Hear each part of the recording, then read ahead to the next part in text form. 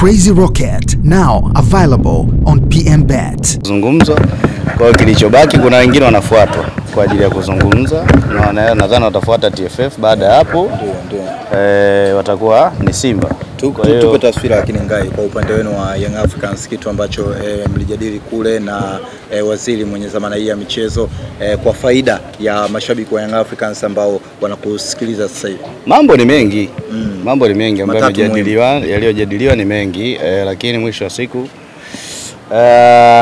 kilichobaki ngoja wengine nao wasikilizwe. Baada ya hapo nadhani majibu yatatoka. Lakini kwa upande wa Simba kulikuwa hakuna tabu sana. Tabu ilikuwa ni kwenu, mlitoa msimamo wenu kwamba nyinyi hamwezi kucheza tena mechi. Mlivyotoka taswira inaonyesha mpaka sasa hivi mechi ipo au hamna?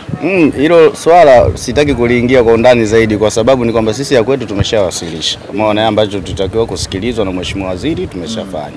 Kwa hiyo iliyobaki ni kwamba atasikilizwa tena na wenzetu wanaokuja TFF nadhani na Simba watafanya kwa. Ndio, baada hapo maamuzi yatatoka ama ni nini wamewaambia? Ya mwisho wa siku nadhani tutaitwa tena, maamuzi yatatoka. Lakini kwenye kikao msimamo wenu Young Africans umesimamia wapi? Nadhani tayari nimeshaeleza kila kitu. Asanteni sana.